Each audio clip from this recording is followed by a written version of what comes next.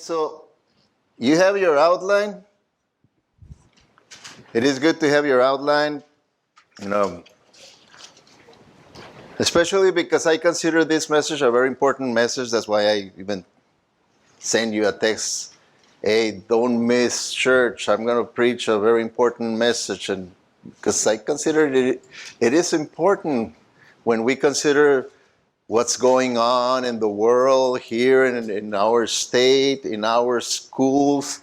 So that's why I decided to preach this message and to do what we're going to be doing. I have called it the New Exodus, because we all know the story of the Exodus. Okay, we know the story of the Exodus, and there is an analogy of what the way I see things. As we remember the slavery that Israel, God's people, they were in slavery in Egypt, and they were in a situation where they felt impotent to do something, and that's what slavery is all about. You are impotent because you are a slave. You don't have any options when you're a slave. And sometimes we as parents with children, we feel impotent when we see the situation in our public schools, and we feel impotent, like, but I don't have any other option. Okay, I don't have money to go to a private school. It's from $800 to $1,000 a month. I don't have that kind of money to do that, so I don't have any options. Okay, and I know I don't like things are going on there, and especially us Christians, that what we want for our children is the best. That's what we want, and for us Christians, the best is God's best, because there's two ideas about the best: God's best and the system best. And for us Christians, we want God's best. God's best. Why? Because that's the real best. God's best. Okay? So we want our children to grow with the knowledge of Jesus Christ. We want our children to grow in the faith of Jesus Christ, loving God, honoring God, respecting God, fearing God, obeying God, serving God. That's God's best, right? That's what we want. But then we see there is a real struggle between really reaching that goal with our children, because the other system has a different goal. See? The other system has a different goal. The other system has their own best that is not our best. Our best, I just mentioned it, what we want for our children. And that's not what the other system wants for them. Okay? That's not what the system wants for them. So we are in a battle. Okay? We are in a battle. And the, according to the scriptures, it's just going to become, stronger and stronger and stronger until comes the day that God is going to rescue us. And that's what it's called, the rapture. That God is going to say, come on, I'm going to bring judgment upon this world, against this system, but I'm going to save you from that wrath, from that judgment. And he's going to pick up his church. But meanwhile, we have to do the battle, okay? We have to battle. And because, you see, when Israel, God's people, God's children were in bondage, they were in slavery, this is what the Lord told Moses. He told him, look, Moses, and I'm not playing the drums, okay? He says, I commanded you to this commandment was the one responsible for having God's children in slavery. Let children go so they can worship me. Okay? So they can worship me. And the word worship, you know, it's a broad word that includes everything that I just mentioned that is God's best. It's included in worshiping God. Okay? Serving God, honoring God, fearing God, learning from God. It is encompassed in the word worship me. So that's God's best, and that's what God wanted for his children, for his people, his best, so that they can be worshipers, so that they can be servants of the Lord. They could be free spiritually. And that's what he wanted. And he said, let my children go so they worship me. And that's what we want. We want our children to be free from those that are not allowing them to truly get to know God, fear God, serve God, worship God. Because there's a battle, there's a competition. And as a church, we must face the reality that improvement or reform in government education will not happen. It's not going to happen. No, it's just going to continue the same, okay? Because it's already a set system that is improving according to us, Christians, is not improving. It's just getting worse and worse and worse according to us. According to this other system, it's getting better. It's getting better, but not according to our system, our worldview, because there's two worldviews. The way we see life, the way we see the world is the Christian worldview and it's the secular worldview, okay? And it's different, way different. So for the secular worldview, things are improving. For the Christian worldview, things are going down, down, down, down. And I don't want, you don't want your family, your children to go down with the secular system. So this is a reality that we have today, that today's Pharaoh is not going to change. He's not willing to change. He's like Pharaoh. Pharaoh, things happen, God brought different judgments, and Pharaoh remained fast. No, I'm not going to let him go. I'm not going to let him go. I'm not going to change my mind. I'm not going to change my mind. I'm going to keep doing what I'm doing, and even I'm going to make it worse. And he made it worse to the slaves. Okay? Made it slave. And the same thing. It seems like the more that we complain, the things that we don't like about public schools, the more that they make it worse and worse and worse. And we complain, and they'll say, okay, you're complaining, now we're going to make it worse. Okay? So, you see, he is determined to make humanists out of godly Christian children. Okay? So, this is the tragedy, that we are working with our children to make them real Christians, godly Christians. But we have a few time. Why? Because we're so busy. Work here, there, and there, and there. And most of the time it's in charge of the other system. Most of the time it's in charge of the other system. The other system, they have, 6 hours a day? 30 hours a week with them? And now that they're not just teaching them, because they're not teaching, but they're indoctrinating them according to the worldview, the secular worldview. Now they are being indoctrinated to adopt and see as a lifestyle, a worldview that is different from God's worldview, from the Christian world's view. So it's different. Why? Because the secular worldview is the humanist worldview. It's different from Christian. Why? Because in the secular, the humanist worldview, man is the center of everything. Everything is about me. Okay? But in the Christian worldview is God-centered. Okay? Everything is about God. So you see the difference in both systems?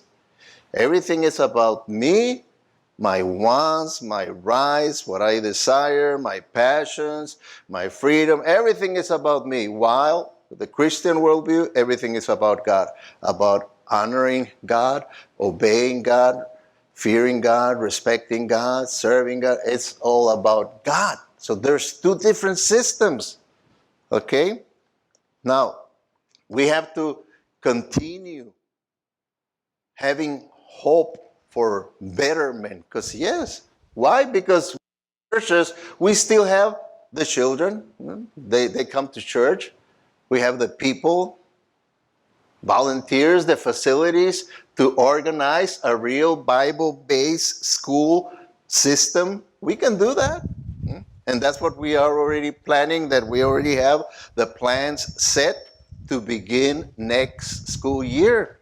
And if you notice in your bulletin, on the back of your bulletin, I want you to notice it says Christian Learning Center, Centro Cristiano de Aprendizaje, that we're going to open here. Okay? We're going to open here. And it's going to begin August the 20th. So today we're going to have at 6 p.m., we're going to have a meeting for more information so that you can get information how to do it, how to be part of this Christian Learning Center that is going to be here in the church. Okay? Maybe you're already asking, oh, but I don't have the money. No. Okay? That's not going to be the problem, not the money. It's just going to be for you to be willing to do it.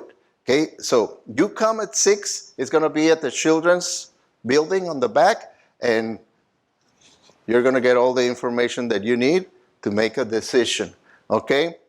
All right. So the Lord will be with the church, with parents that are really willing to do the right thing. Okay?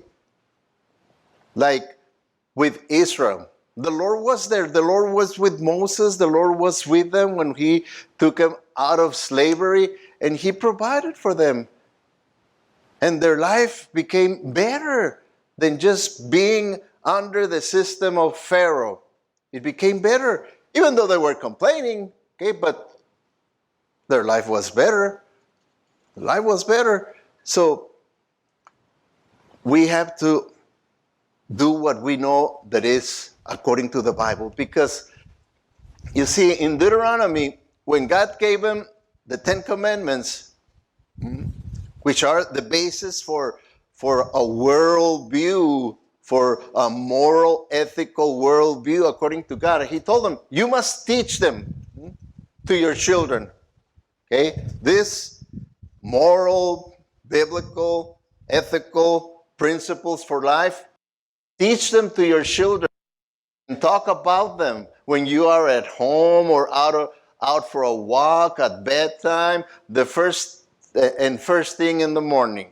Okay? So according to the scriptures, the main responsibility for teaching and educating our children is us parents. Us parents. See, that's the main problem that we have right now with this new laws that the state of California passed, that they are removing our rights as parents to decide what our children are supposed to be learning at school. Okay? Because, we're sending them to school to learn math, to learn history, to learn language, to learn arithmetic and other classes. But now they want to teach them things that we are supposed to decide how and when. I'm going to talk about this. I'm going to teach this about, for example, sex. I have to decide as parents, when is my boy, my girl ready to learn, to what degree I'm going to be explaining and teaching. So that's for us parents. That's not for the school. But now they said, no, we have the main responsibility, okay? We are the final authority deciding what he should learn and when to learn, not the parents. And that's completely opposite to the way it should be, okay? Because that's our responsibility. So all that remains for us is just to stand up like Moses and just say, hey, let my children go, okay? My children are gonna go out. They're gonna go in freedom.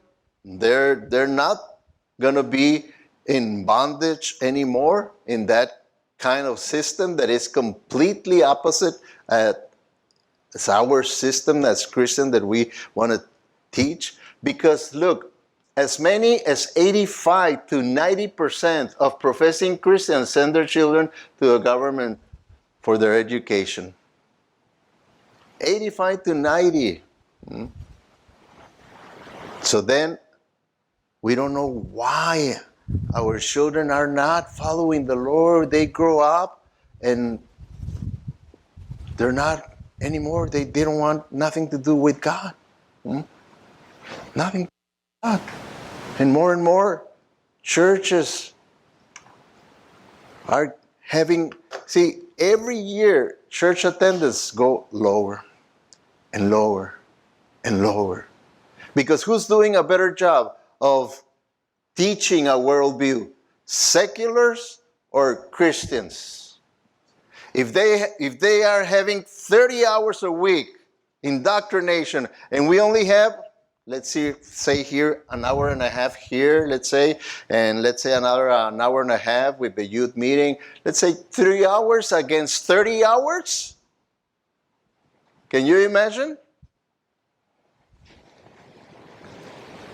So we can do something, okay? We're not supposed just to accept it like, well, it was prophesied. That's what a person told me, Pastor, you know better. It was prophesied. And I told him, look, that mentality, that attitude is more like the Muslim philosophy than the Christian philosophy. Just to say, whatever will be, will be. I'm not going to do nothing about it because it was prophesied. No. We have to do what we know is the right thing to do. So I'm going to give you 4 big reasons not to send Christian kids to public schools. 4 big reasons. That's why follow your outline, okay? Because that way you can remember, keep it in your mind, share it with others. Big reasons. The first one, it is probably say that's not a big reason that you don't have to. You don't have to. But reason, okay, to understand that you don't have to, because seems like we feel like I don't have options. I don't have options. No, you don't have to. We have options. Okay, we have options, and you see. The main problem that we have nowadays is that we actually believe that our children are wards of the state, when in fact they are not. They don't belong to the state. Okay? They belong to us, the children. We have the final say. We have the final authority. We as parents. And we should always fight for that right given by God, and that is how even in our Constitution, la patria potestad is our right for us to have final authority over our children. Okay, so let's keep in mind, because more and more we're having the attitude like if we are in a communist country where, well, that's what the government is saying. We just have to submit to whatever the government is saying, whatever they're doing. We just have to submit. Like, if I don't have any options, I'm a slave to the system. I just have to follow the system. And as a result, some people have a hard time believing that they have the right to educate their children in a matter of their choosing. You can choose. Okay, you have that freedom. You don't have only one option. Government, government, government. You don't have. We're not a communist country. That's why. Why do you think people are coming into United States from all over the world? Because they know that we have freedom here. I know those freedoms are being eroded little by little, but still we have freedom. So we have the freedom to choose about the education of our children. We don't have only one option. We don't have only one option, okay? Your children are yours. They don't belong to Caesar. They don't belong to the government. They belong to you. Your children belong to you, okay? So you don't have to take them back to the local government indoctrination center next school year. You have that choice. You don't have to, okay? You don't have to. You have a choice. You have that freedom, okay? You have that freedom. And in some states, thank God for Texas, you don't even have to tell them that you're not coming back. Here, yeah, you have to let them know that there's more socialist, communist system here in California that you have to let them know that, oh, my child or my children are moving to another school and they're not coming back to this school. You have to let them know they got to have control, that kind of control. In Texas, they don't have that kind of control, okay? So that's the first reason, okay? You don't have to. You do have options. It's your responsibility to take care of your children and to take care of their spiritual, emotional, and intellectual welfare. It's your responsibility as parents. It's not the government's responsibility. It's our responsibility. Number two, our schools are among the worst in the industrialized world. Because sometimes we think, well, but if I take it, let's say, to the system that the church, for example, that we're going to do here, but what's going to happen with their education? It's going to come down. It's not going to be good education like government-led education. And we think that we have the greatest education system in the world. No, we're not. Okay? Our educational system and is one of the worst in the industrialized world. Okay? It's one of the worst. It's not one of the best. We are the one that we spend more money. Okay? We spend more money, but we're not one of the best. We're one of the worst. For example, American students continually rank at the bottom, okay? At the bottom in math, science, and reading compared to other industrialized nations, okay? At the bottom. And that's what we are fighting right now here in the state of California. We say, hey, just focus on what you are supposed to focus as a school. You are to focus on math. You are to focus on science. You are to focus on reading and history, geography, language, all that. Just focus on that. Why do you have to get into areas where you're not supposed to get into? Leave it to us, parents. That's for us. That aspects of morality and ethics belongs to us parents to teach them and to know when and how to teach them, but not to you.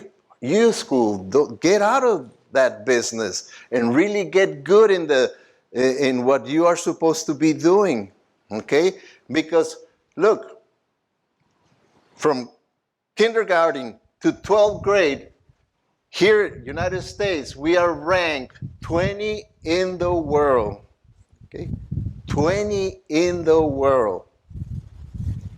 Can you imagine? The most powerful nation, the richest nation in the world, and we are in education 20.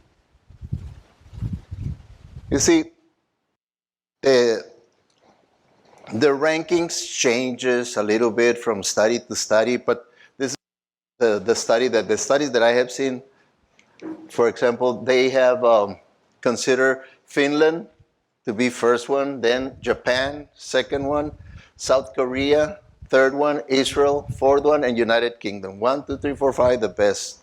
And United States is 20. 20. United States is 20. Can you imagine? Rank 20. All right? Now, that's comparing United States with the world. Now, let's compare, because we are in United States. That's why we are comparing United States with the rest of the world. And we're 20, doing a bad job. Now, we are in California, right? Now, let's compare the state of California with the other states. How are we ranked? When we are compared with the other states, there's 50 states. How are we ranked? Are we ranked number 3, number 1, because we are also the richest state, big state? How are we ranked? What do you think? Are we among the first 5, the first 10? Well, California ranked 42nd nationally in education. 42nd out of 50 states. So when we think, but no, if I take him out of the public school, what's going to happen with his or her education? It's going to get better, I can tell you. I can tell you it's going to get better. It just cannot get worse than that. Cannot get worse than that. It's going to get better. So you have faith, because the system just keeps going down and down and down here, especially in California. It used to rank 20-something and started little by little going down and down and down and down, and now it's 42nd. Okay? That's bad. You see, for example, in school, we have grades. Okay, we are grade. And grades are from A, B, C, D, and F. F, you're flunk.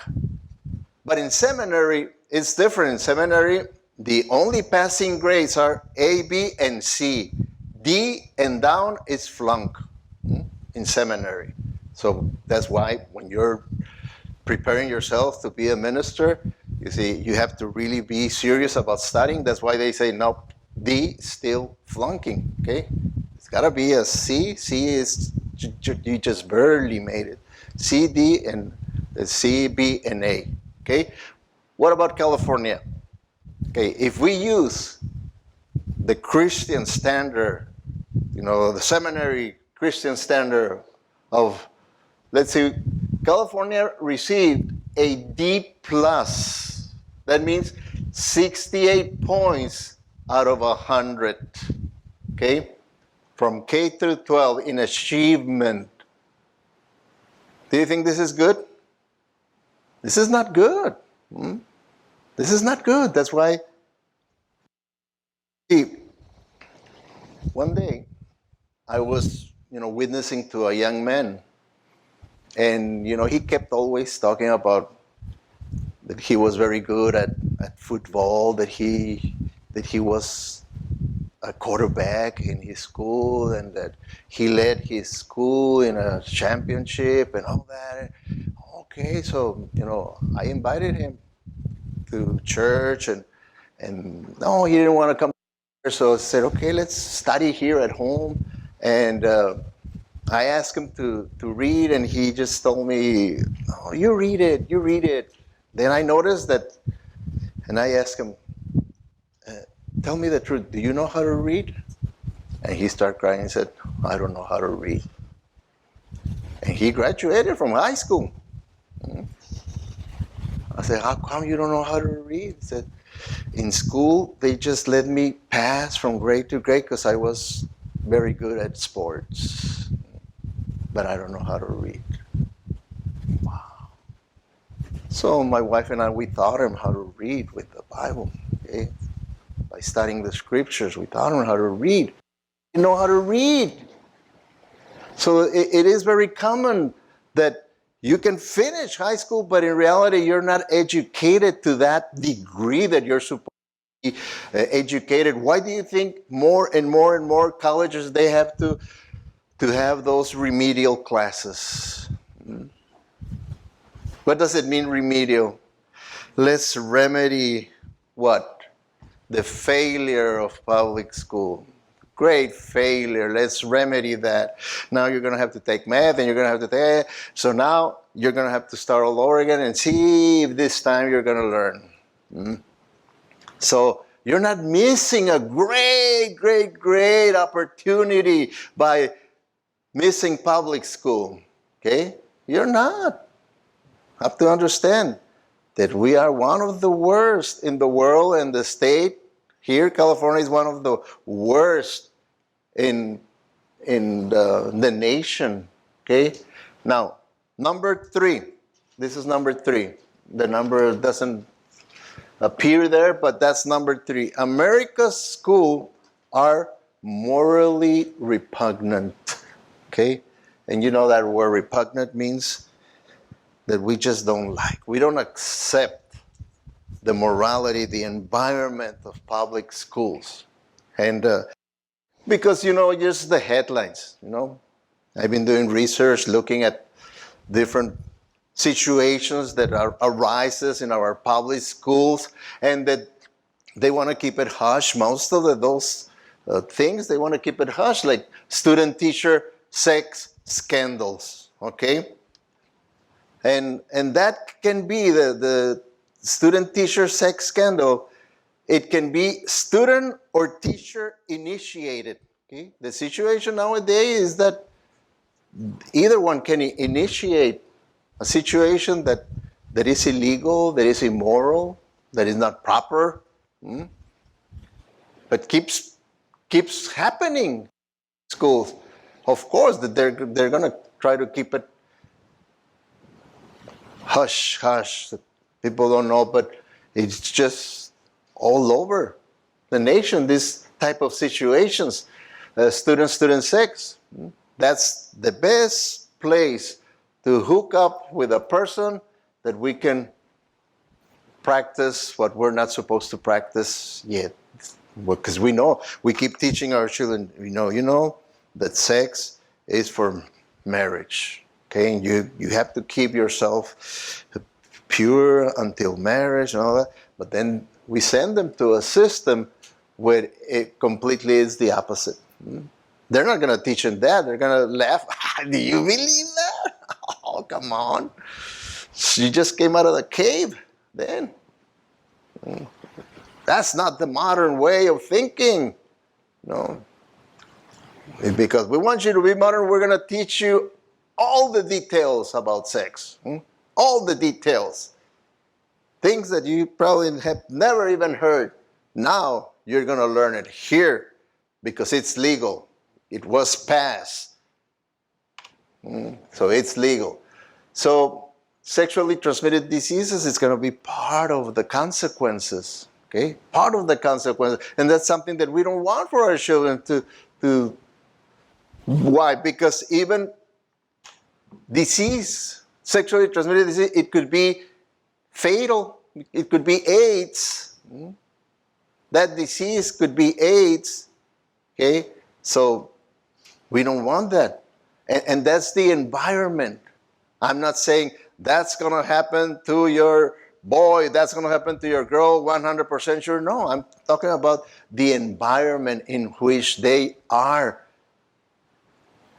constantly, 30 hours a week, exposed to that kind of environment, okay, in decent fashions, because we all have and we say, no, I don't want you to dress this way, okay? I don't want you to dress this way, and we can say it to a boy or to a girl, okay? I don't want you to dress this way, I don't want you people to... No, but the peer pressure, they have the peer pressure that they have to dress like the majority, because if you don't dress like the majority, then you're not gonna feel accepted, you're not gonna feel good, and then they're gonna even laugh at you or whatever things, the consequences. You don't like the consequences of not following the the majority and being like the majority. So the environment is there of peer pressure to dress, to behave, to speak, to do things that are according and accepted by the majority. Okay? By the majority. Foul language, yeah, you got to speak in a foul way, because if not, hey, you're weird, because you don't use foul language. So the environment is there. You could be teaching your children, hey, don't say this word and then, but then, that took probably 20, 30 seconds to correct your boy, your girl, but then 30 hours in that kind of environment, what do you think is going to happen? 30 hours in that kind of environment. The same thing. The best place to begin. Oh, what happened here? The best place to begin the use of drugs and alcohol is at school. That's the best place to begin. Because our children are not going to do it at home. That's not going to be the first place where they're going to smoke weed or they're going to drink alcohol. It's going to be at school, usually, with friends. With friends, right there. Nowadays, it is considered that it's the safest place where you can sell drugs in school. The safest place. So if you want to get into the business of drugs, see, the best place where you're going to sell them, being safe, is going to be school. And many young men, young girls are making money by selling drugs in school. So school shootings are happening. School shootings. So what I'm not saying, hey, this new school year, your children is going to be involved in a school shooting. We don't know. It can happen anytime. That's the environment. That's what I'm talking about. The environment is there for something like this to happen.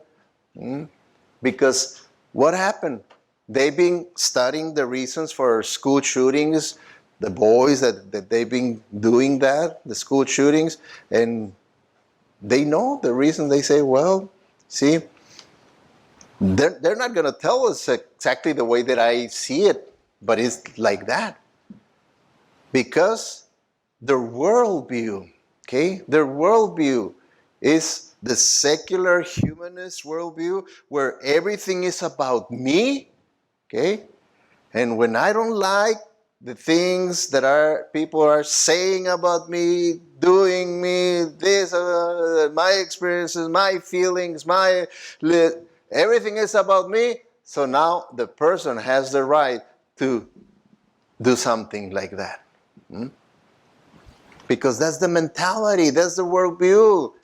It has the permission of the system, the mentality. Disrespect for cheating, for authority, cheating. It's happening in schools, copying the results, the answers, work of another person. So that's detrimental to the character of a person.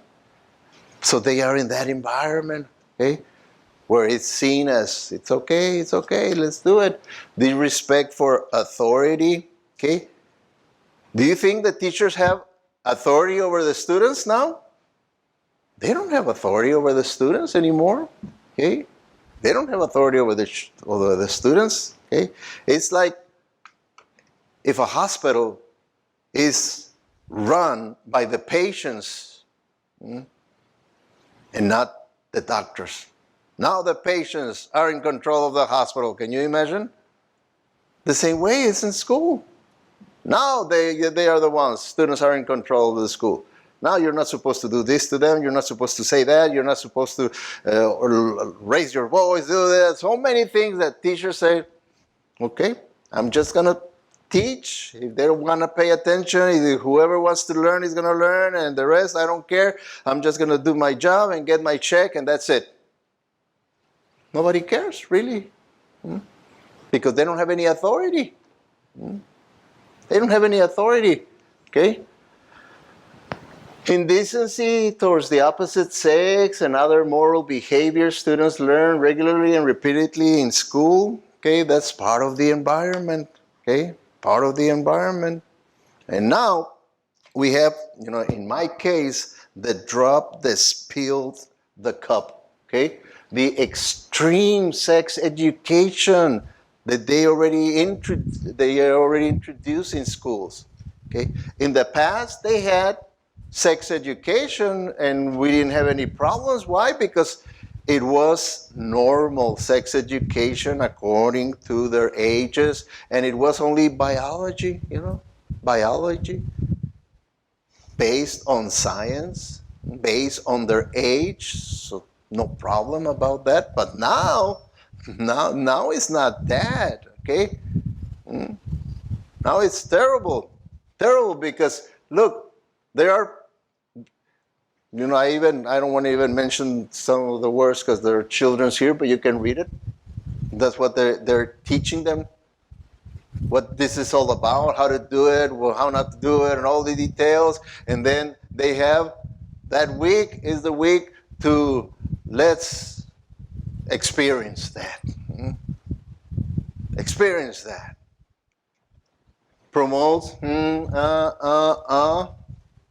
read it. I don't want to mention it, but that's what they're teaching them, okay? And showing them graphics and examples, how to do it, how not to do it, okay? How to negotiate with counsel, how to put on, how not to use it, all that teaching. And then comes the week of, hey, let's practice what we learned, okay?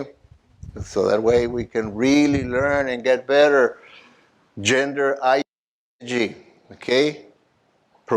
Gender ideology. What is gender ideology? Well, let me show you a brief video. It's at the most, that explains in a summary what gender ideology is all about, because it's just, that thing is just the Trojan horse that is really continue to do a lot of destruction for the minds and the hearts of our children. Do you have it? Okay, do you want to? What is gender ideology? Where does it come from? And how has it been imposed on society? Gender ideology states that the differences between men and women are simply the result of education and social convention, that it is possible to choose whether to be a man or a woman without biology having anything to say in the matter. It is obvious that this is not the case. The male and female anatomy and psychology are different because biology makes men and women sexed and designates different biological roles for them in order to preserve the species, amongst other things. Gender ideology does not have any scientific basis at all. That is why it is pure ideology. It is, in fact, in constant contradiction with science and reality. Its origin is in a radicalization of the principles of feminism, which introduces the concept of gender. To be a woman and a mother is considered a purely ancestral social role in which the female was subject to oppression and in which the male chauvinist and the structures created by a patriarchal society were the guilty oppressors. This ideology implies contempt for real women and everything that defines them, particularly femininity and maternity.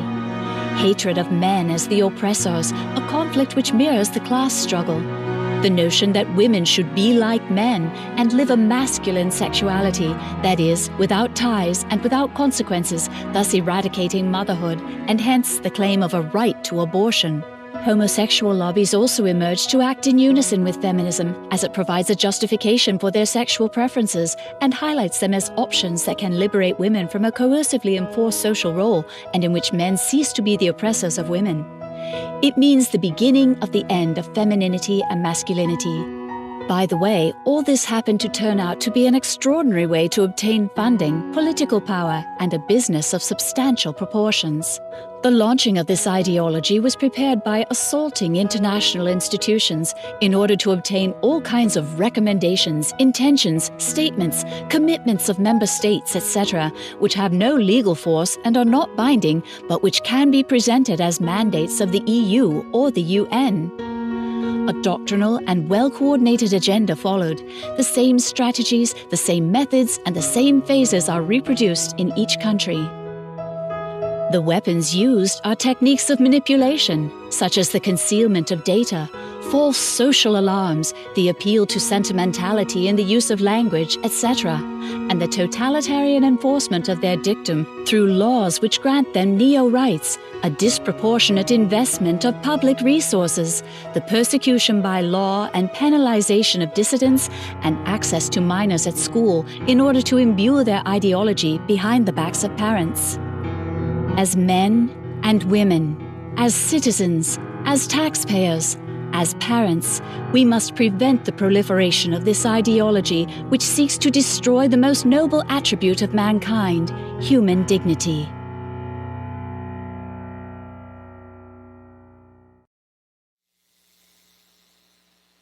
So that's a brief explanation. It's for example, the state of New York. They already approved. It's part of their law.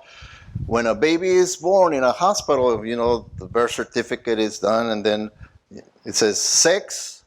Then you say, okay, it's a boy, female, or male, and they have to put male or female, but not anymore. Now, sex, they have to put an X. An X. That means that that person is going to decide in the future his own sex. Because this gender ideology teaches that sex is fluid. That you can have a season of time in your life where you can say, I'm a boy, or you can have a season of life when you say, no, I'm a girl. Or you can have a season of life where you say, no, I'm both. Or a season where you say, no, I'm neither. You decide. That's why now California is the next one that is going to approve the law just to have an X, okay, on sex. And that's going to be for you to decide. And you're going to be taught in public school that, sex is fluid. You can be whatever you want to be. Experiment. We're going to teach you how to experiment, how to learn to experiment and feel free. And society is going to have to accept that as normal. If not, they're going to jail. That's what happened in Peru. They were already putting parents in jail. And that's when they really woke up. People really woke up and did something about it. And so they had to reverse that. But here in the United States, usually because, we're so busy, working, making money, this and that we just say, I don't think so. I think Pastor is exaggerating. Pastor is exaggerating. One of the videos that I was going to show you, I couldn't show it to you because it was censored by liberal YouTube. It showed what's happening already in Brazil, how they are getting ready to make it legal, pedophilia. You know what's that? Adults having sex between adults and children. And they're getting ready. And that video, it shows how they are training children to get acquainted with an adult human body live. Well, I don't want to even say it, but I want to show it. And they don't want people to know what's going on, where they're heading, what's exactly all this all about. That's why, in my case, I see the only way is an exodus. Let's go out of this system and let's protect the mind, the heart, the soul of our children, and don't let them be exposed to what they are being exposed. Okay? Now,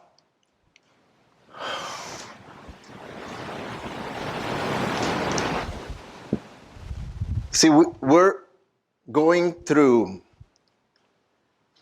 America's school are morally repugnant, okay? And we are going through a list of the things that make up the environment of public school. Teaches kids that they can leave school without parental permission to obtain contraceptives, abortions, and other treatments. Just think about that, okay? Now, you see, they want to respect you, okay? In a way that they're going to respect you as a parent, that if your child has a headache or a stomach ache or something, they're not going to give him an aspirin. They're not going to give him nothing, you know.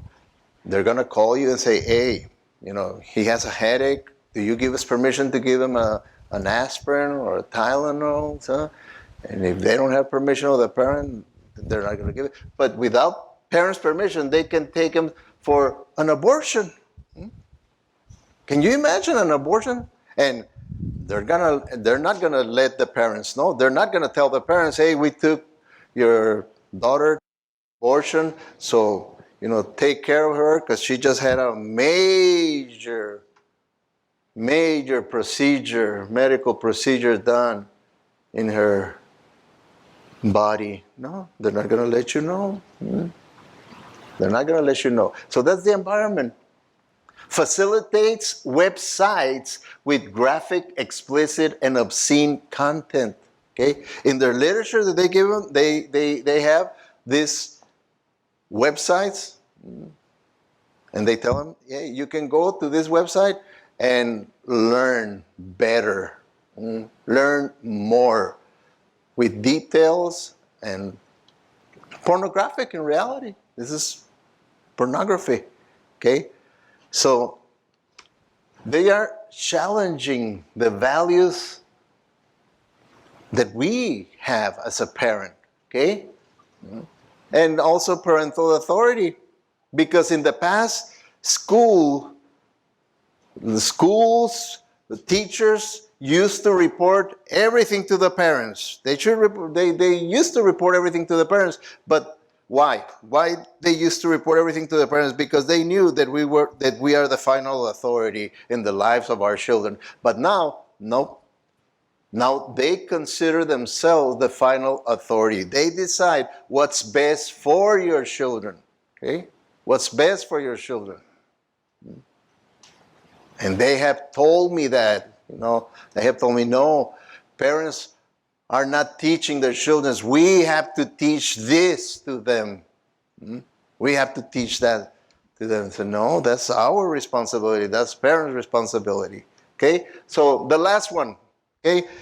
Because we have 4 powerful reasons, okay, for coming out of public schools. You don't have to, okay? You don't have to. You're not forced to. It's not by law that you have to go to public school. And at the same time, you're not missing a great school, because our schools are among the worst in the world. And also our state here is one of the worst in the country. So you're not missing something great, okay? And the moral environment in schools are repugnant, are really bad. That's not the kind of environment that we want for our children, our Christian children, to be in. And number 4, because government education is a faith-killing system. Okay? It's a faith-killing system. Because you tell me, do you think the government education, this system, that is a worldview, they believe in what we believe? Do you think they believe in Genesis 1:1? God in the beginning, the heavens and the earth. Believe in that? Believe in that. And that's the foundation. That's the foundation when we believe. You see, notice, and that's the way it is in the Bible. The very first word that appeared in the original scriptures, Genesis 1:1, is the word God. that God exists, that He is a reality, that He is the creator of everything, okay? That God exists. That's the foundation. But now you go to school and they're going to say, oh, come on, no. Leave it for your church, that's for religion, but it's not reality, okay? There's no such thing as that God exists. He is the creator. You see, we believe in evolution. There's no such thing as God that created, okay? There's only chance. And chance is the author of everything that we see. Chance. What's chance? You know, if you study philosophy, it's nothing. Chance. But now, it took the place of God. It replaced God. Chance. So, this is the environment. And why? If creation is true, then there is a creator to whom we are accountable. See? We are accountable. If creation is true, creator, then accountable to our maker. Okay? And that's something that they don't want. Because Charles Darwin, he is the one that postulated the theory of evolution. And now, for your information, it continues to be a theory. It's not a law, okay? Still a theory.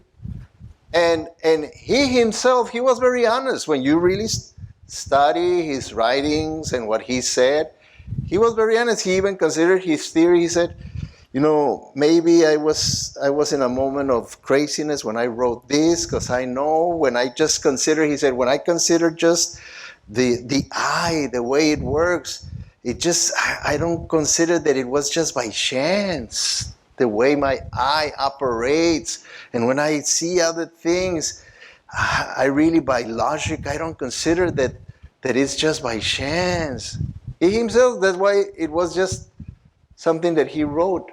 And he even said, see, evolution was intended. That was his main intention. That's his testimony. That's what he wrote. He said that evolution was intended to do away from universal morality and universal guilt and universal accountability. That was the main purpose for coming up with that idea that if there's not a God, what other ways everything came about and all this?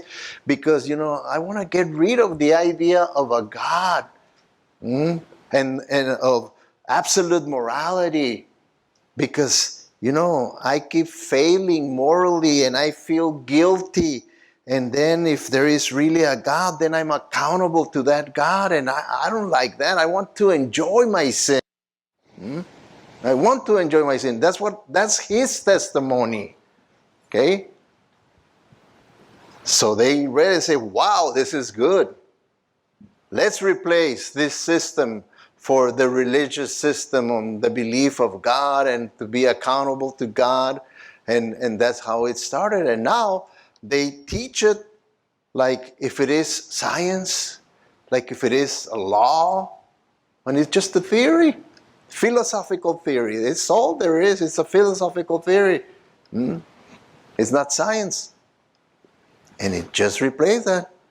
And with that, we know everything that is doing. Okay? Evolution was invented to eliminate the judge and leave people free to do whatever they want without guilt and without consequences. Okay? That's what they thought, that by removing God, that's why they said, so now we're going to remove God from schools, we're going to remove prayer, we're going to remove 10 Commandments, we're going to remove that. And what do we have now? The long list of problems that I gave you, that's what we got by removing God out of our system. When our system, when they had Bible, when they could read the Bible, study the Bible, when they could pray and all that, what was the main problem in schools with the students? Chewing gum. Now compared to all the list of things that I just gave you, The list of things that I gave you. So which system works better in the mind and the heart and the behavior of children? Okay, so that's the purpose of evolution. So without creation, look, this is very important. Without creation, when we get rid of creation, there is no way to understand humanity as to the purpose of our existence and as to our destiny. Okay? There's no other way to explain, to have the right explanation for this. Okay? Now, let me show you the words of Paul when he says, what value was there in fighting wild beasts, those men of Ephesus, if it was only for what I gain in this life down here? So Paul is saying, you see, why I went to the trouble of confronting people and doing this and all that and getting in all kinds of problems if there is no afterlife, if everything is just living here, this life, and that's it. Because in the next part of the verse it says, if we will never live again after we die, then we might as well go and have ourselves a good time. Let us eat, be merry.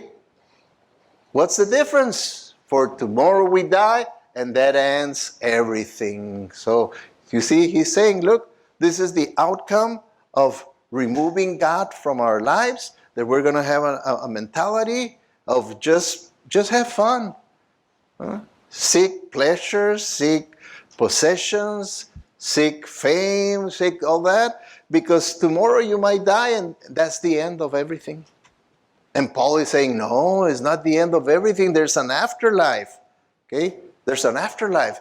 So, your homework is read Romans 1, 18 through 32, so that you can see the consequences of getting rid of God from our system, from our life. Right there, those verses are going to tell you exactly what we are going through, but you read it at home, okay? Because we have to finish.